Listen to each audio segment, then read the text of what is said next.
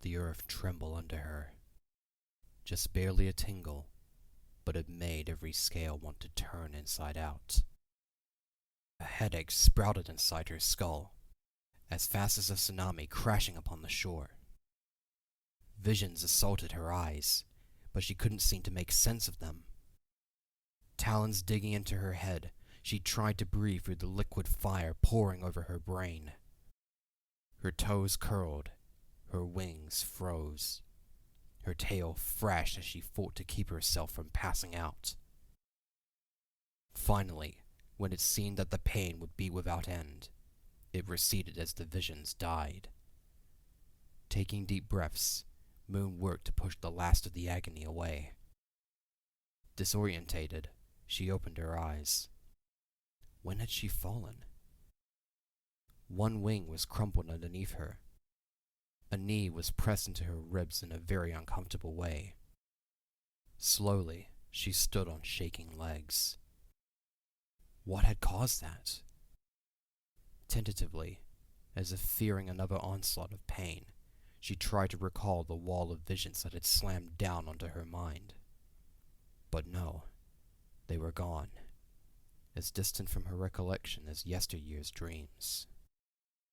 She looked up into the sky, at the blaze across the stars that had so enraptured her just moments ago. A comet with a trail of fire, blood red against the diamond stars. A dash of color in the blue and black world of the rainforest at night. Where had it come from? What did it mean?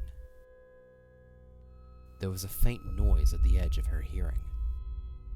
Her ear twitched, but all she caught was the nighttime buzz of insects. Odd? Had it been a weird echo? Dread balled her stomach. Turning her head to where she thought the sound had come from, she tried to listen again, both with her ears and her mind. Distantly, there came a far-off murmur in her mind. Briefly at first, but growing. Moon felt herself be drawn to it. Between the trees she was pulled, their high trunks sentinels parting to allow her entry into their shadowy depths. The Nightwing, hypnotized, abandoned her world of silvery, comforting moonlight and innocence, and instead passed over to a murky underbelly, from which there was no return. Ferns brushed her flanks, animals skittered past her to return to the moonlight. She heard their chitters, as if they were crying out to her to escape with them. But she couldn't. Whatever this was that was drawing her mind, she had to follow it. The ground crunched with dead leaves and the tree shavings of many years, waiting to decompose. The noise in her head was getting stronger. Unrest, confusion, a mass of anxiety and uncertainty that was building like a storm cloud. As she began to comprehend it, Moon felt her steps become more surer, her curiosity replaced with concern. Something was happening, her instincts told her, and she had to be there now. And then, a wave of violence crashed into Moon so hard she was almost knocked off her feet. Terror, desperation, anger, outrage, vengeance. The emotions piled onto Moon one after the other, until she struggled to remember herself. Kill them all! The volcano! It's going to get us! Fire and smoke! It's right behind us! Mi ordem, no room for sentiment here. That was Glory's voice, both in Moon's head and in her ears. Eyes snapping open, she sprinted the rest of the way to her destination. She pushed aside the instinctive fear, born from her days as a hatchling when her mother would warn her to never go to this part of the forest. The voices in her mind were crowding around her, pushing her down, threatening to overwhelm her. The headache was back and almost blinding. She tried to imagine pushing the voices out of her head, bring up a wall of her own to protect her from the noise. Why couldn't she push them out? There was a break in the trees. Moon skidded to a stop. The clearing was before her, the small waterfall and 2 tunnels. The wrongness of them radiated out to Moon's mind even from this distance. They would have, even had they not been stained with fresh dragon blood.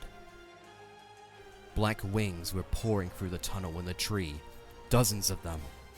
Moon might have mistaken them for a murder of crows, for they seemed to form together and fracture apart until she didn't know whether there were 1,000 of them or one giant monstrosity. In all of their minds came flashes of fire, of death, of their world being destroyed in a cataclysmic event, to spur them into faster action. In all of them was the order to attack, to take no prisoners, anything for their own survival. A flash of red. Glory. And there, right beside her, was Kinkajou. And then there were all her friends. Moon's heart did a little flip to see them, rushing to meet the tide of darkness pouring into the rainforest. Clay, Tsunami, Sunny, even Turtle was here. She'd only known them for 2 weeks.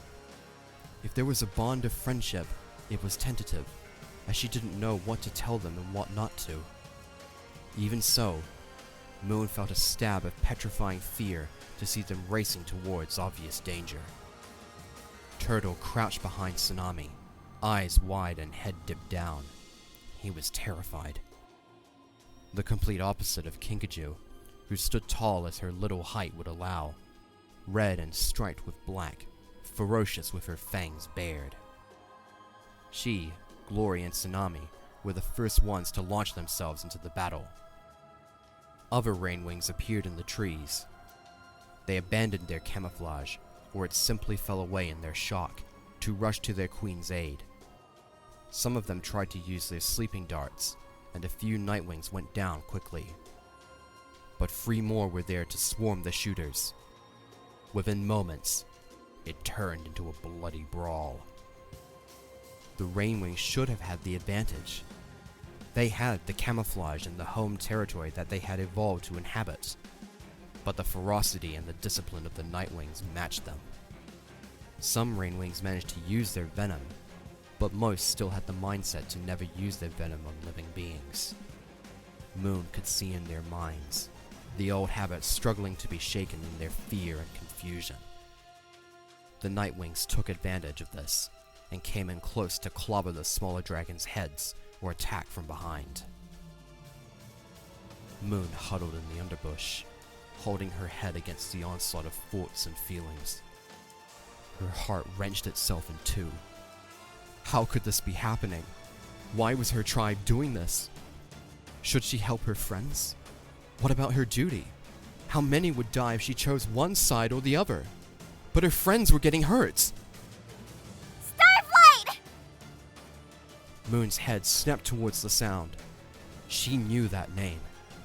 It was always in the minds of Sunny and the other dragonettes of destiny. There! She saw him, crumpled on the floor by the tunnel, unresponsive, though his mind was filled with agony and a new darkness. Blistering scars were branching out across his face. A female nightwing, around his age, was bent over him, trying to pull him out of the way of the fighting. Another nightwing saw them too, and immediately swooped down onto them. Traitors! Fight with your tribe! He's hurt, said the female. Fatespeaker. Moon saw her name in her mind. And then, the nightwing took a proper look at them, and he bared his teeth. I know you, he snarled, and lunged. Moon was moving before she knew it. With a leap and a thrust of her wings, she was dashing through the air straight at the older male.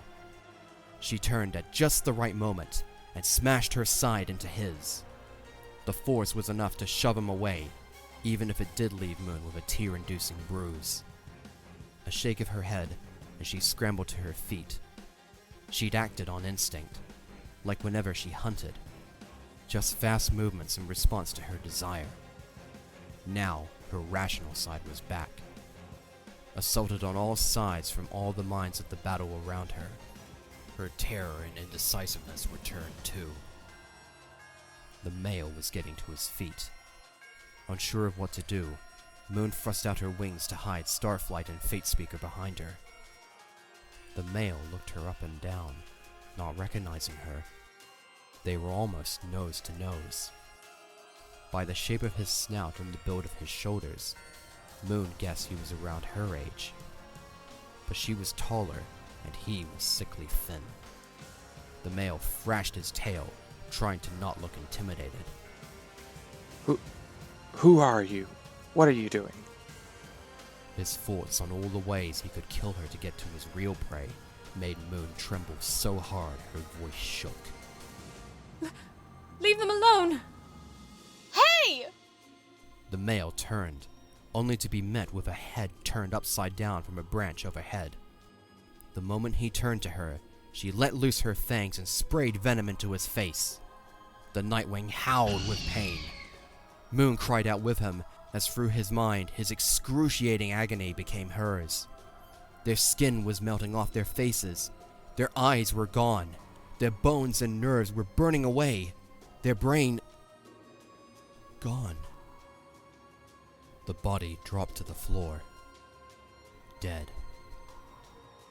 Moon was almost violently sick as she experienced his death inside her own head. Just one moment there, and then, pop, vanished. His thoughts, his very life, blown away as quickly as a flame on a candle. Moony? Said a voice. It anchored her. Moon was able to crawl away from the horror of having experienced death so intimately, to the safety of Kinkajou's pink scales, happy to see a friend safe and sound. Those bright green eyes told Moon it was okay to breathe again. Tears streaked her face, and she didn't know when they'd begun. Behind Kinkajou, emerald green pudgy turtles scurried towards them and the safety of the edge of the battlefield. No Nightwing seemed to pay him any attention, not when even his thick tail almost hit one. I don't think this is a very safe idea. In fact, this is the very opposite of safe.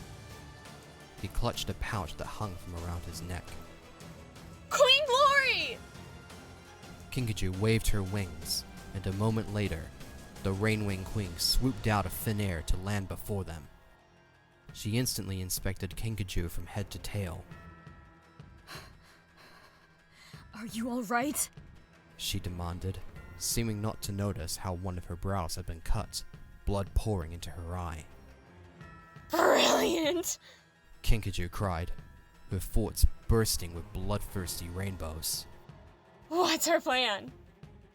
Glory's scales looked as if they wanted to go pale, before her mind slammed a wall down around herself, and they returned to the colors she had chosen. But still, her expression said everything she didn't allow her scales to. There isn't one. Moon saw flashes of Glory's dreams, of Starflight warning them of the attack, of Glory and her friends rushing to prepare the Rainwings for invasion, and the element of surprise turning against them.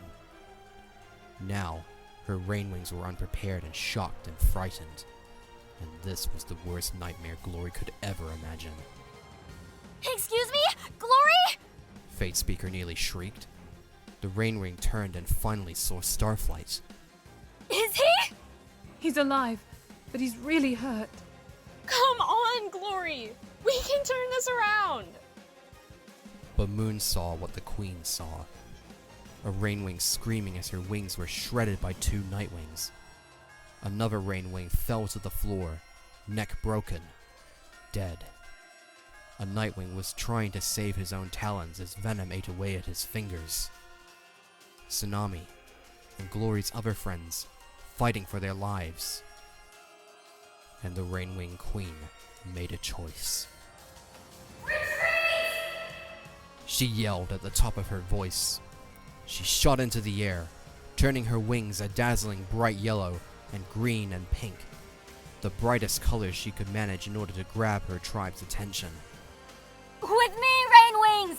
Retreat! But Glory, we could... I'm not losing any more of us! said the queen as she landed on a tree branch and waved the rainwings to her. She then shot a command at Moon that made the Nightwing jump. Moon, narrow the path! Make it harder for the Nightwings to get us!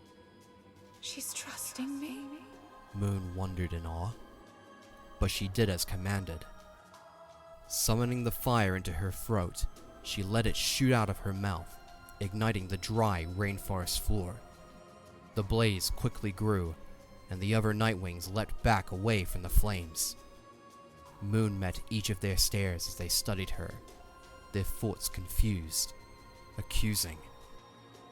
Father's conditioning reared its ugly head inside her, telling her that this was her tribe. She had a duty to them.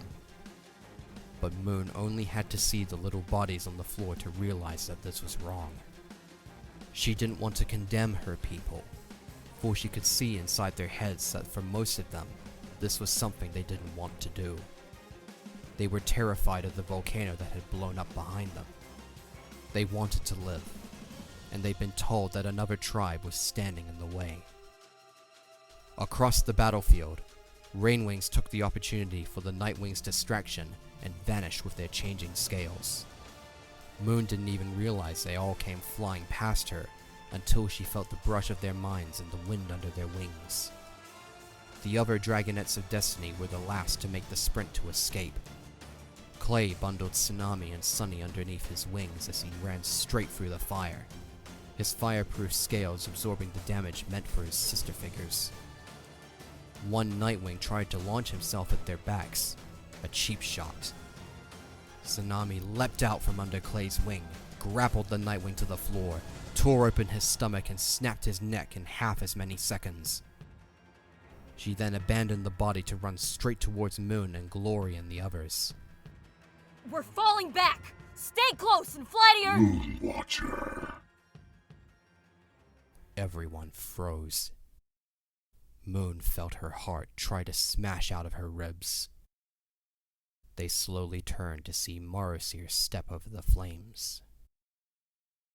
The other Nightwings had fallen back to make way for him. Most of them were even trying to tend to their wounded. But even if he'd had the entire Nightwing army at his back, Morrowseer couldn't have looked more terrifying to Moon.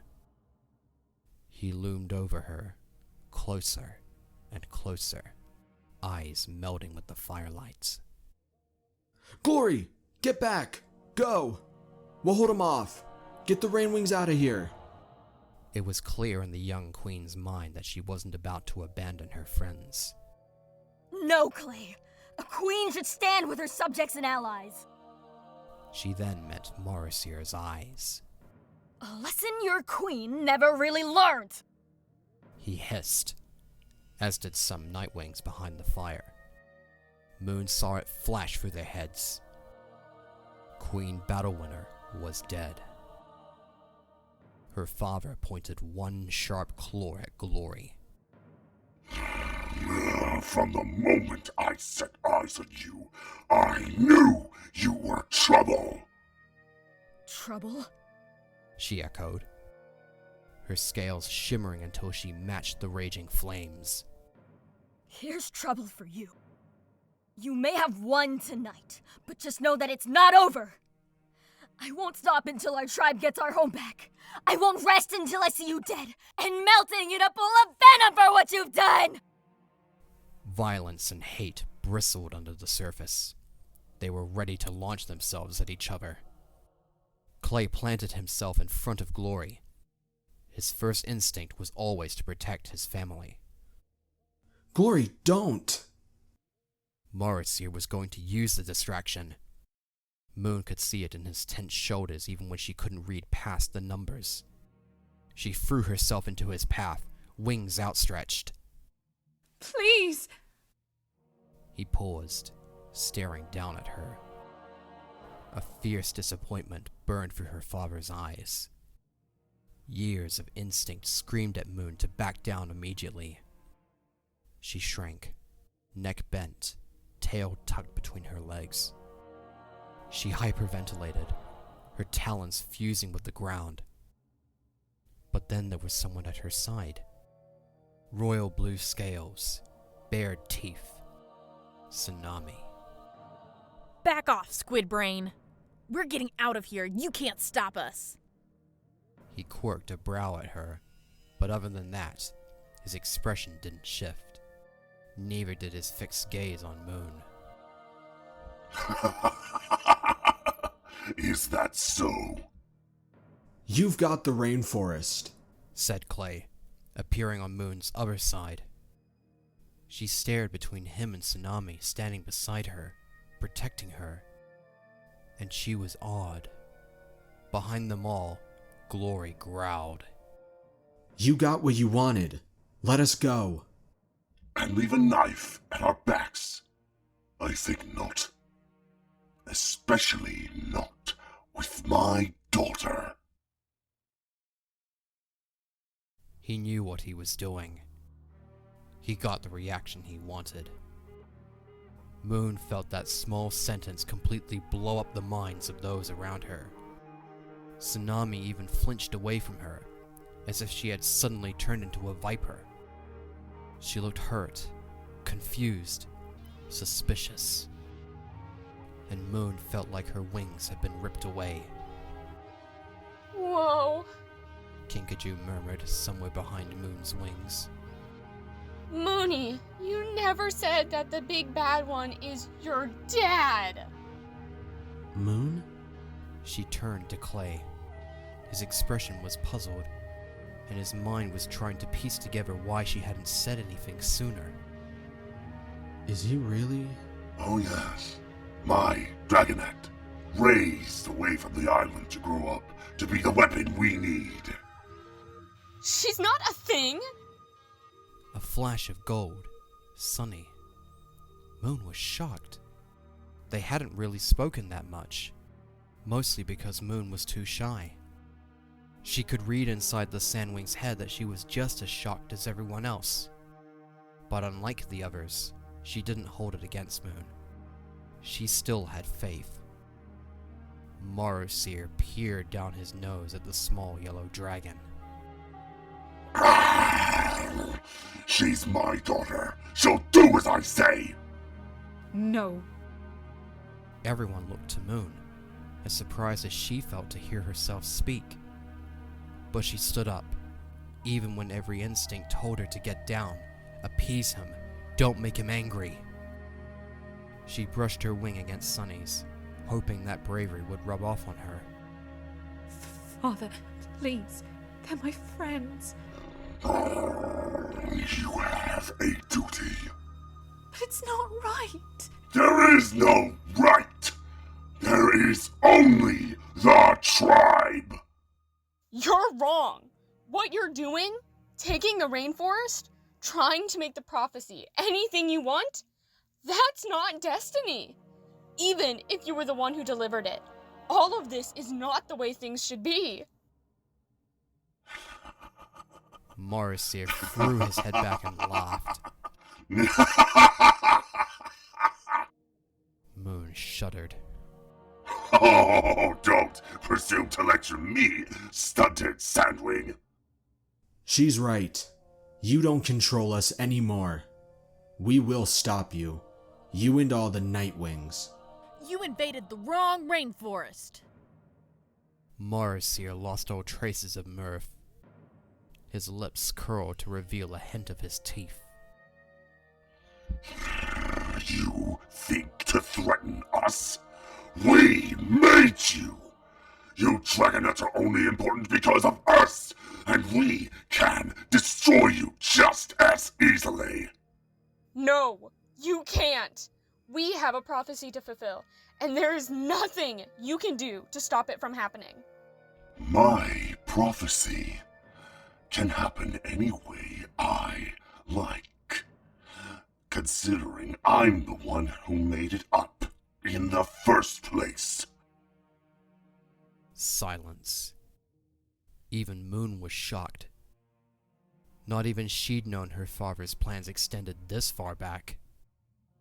Of course she knew he had no gift of foresight, but she'd assumed the prophecy of the war had been made by some other Nightwing, and he had used it to get his tribe a new home. She could feel the stunned reactions all around her. Clay and Tsunami gaped at one another. Glory was growing more and more enraged as she put the pieces together. Kinkajou was bewildered as to what everyone was talking about. Turtle was thinking about a half-dead tree. But Sunny, hers was the most heartbreaking of all. Moon saw a crack on the glass that was the Sandwing's mind, spilling out a sense of hopelessness, of uselessness, that she was so desperate to put back inside its container. No! The prophecy is real! We were born to end the fight, to end the war, and save everyone! Morrowseer could see how upset this made her, and twisted the knife.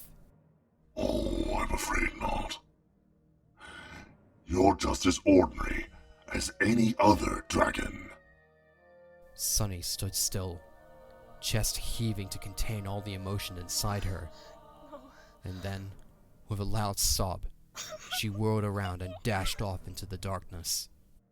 Her siblings watched her go, talons reaching out to stop her, to comfort her, but unable to find the words. If there was ever a time Moon wished she could have had a convenient vision, it would have been right then and there. Anything to mend the broken heart that fled from her father. Tsunami wheeled around on the massive Nightwing, snarling. Ugh! You are just the worst! For the first time in her life, Moon looked at her father with an outsider's eyes. That had been unnecessarily cruel. He had said those things just to hurt Sunny's feelings. Why? What could he possibly gain? Morrowseer ignored Tsunami as if she hadn't spoken at all. He held out an outstretched talon to Moon, beckoning her to his side. Moonwatcher, come. It is time. But I don't want. All at once, the numbers in her father's head vanished, and a thought came through, loud and clear. If you want your friends to live, do as I say. Her wings drooped. She knew the threat was very real. If they all turned and fled, how far would they get? One or two of them might escape, but her father and his minions would certainly catch some of them and kill them. Moon couldn't bear the thought. It will be all right, Moonwatcher. Do as you are told and help me make our tribe great again, as you were meant to. He fought to her in such a gentler tone that Moon felt an old, battered sense of hope. The instinct to make him happy, to bring out a show of affection, the want to be loved, was almost too strong to resist. Before she could decide, Glory was there, putting a wing in front of Moon's chest. You're not getting a talon on her! Bah! And who's going to stop me? The three of you? Morrowseer scoffed, the numbers returning and closing his mind off to Moon. Yes. And me! This time, her father showed all his teeth when he growled. Here's all the dragonets I want dead in one convenient place.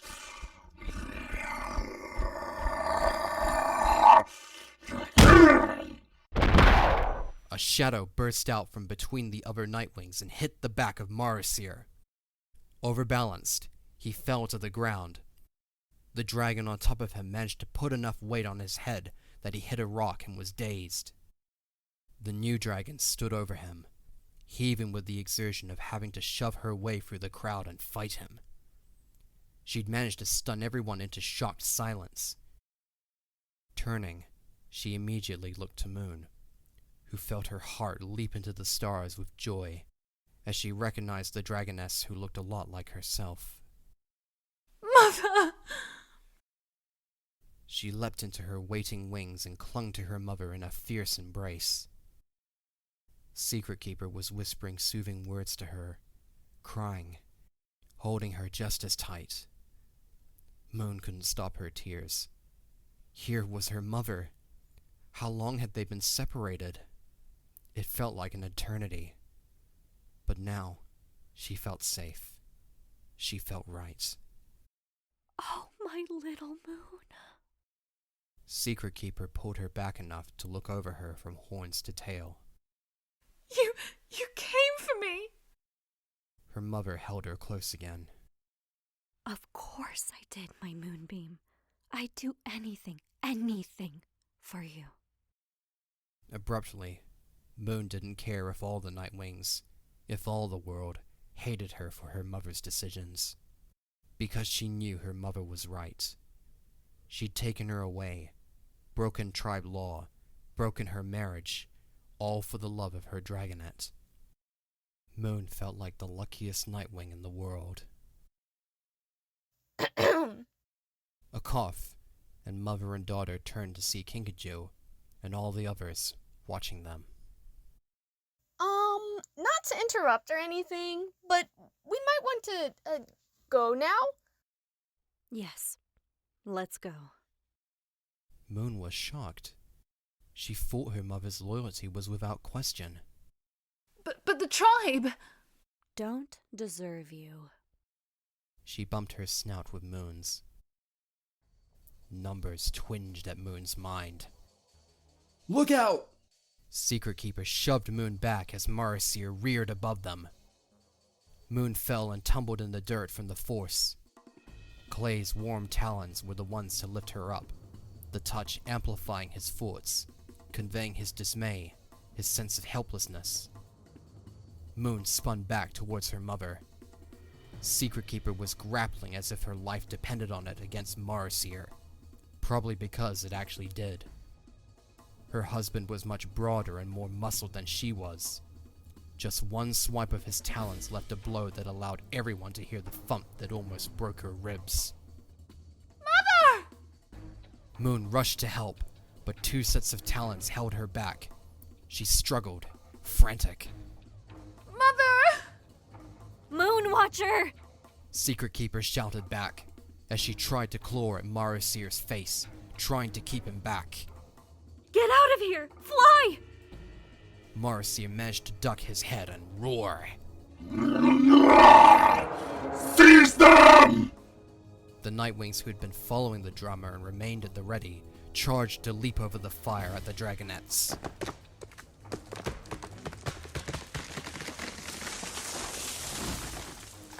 A tree fell to the ground with a thunderous crash, right on the dividing line between the dragonets and their enemies. Though only the tip of its half-dead branches touched the fire Moon had made, the entire tree was ablaze in moments. It burned so hot, its flames so high, that almost set the leaves above on fire. No dragon could pass over them. Everyone glanced over to where the tree had come from. Turtle stood with his talons still on the bottom of the trunk and gave a sheepish smile. The tree must have been more dead than anyone thought. Moon stared through the flames, at her parents that were still grappling. The other Nightwings, having abandoned their original targets, closed in on them. There was nothing she could do. Moon stood one side of the divide. Her mother was on the other. A few leaves overhead were starting to catch alight. The Nightwings were being ordered to gather water before it became a forest fire. The Dragonets of Destiny saw their opportunity. We have to go! Unable to respond, Moon felt herself be dragged away. She flew with the others through the trees, heading north. But that was about as much attention as she gave her bodily functions. She didn't even register the tears streaming down her face. She had her mother in her talons, and then lost her again just as quickly.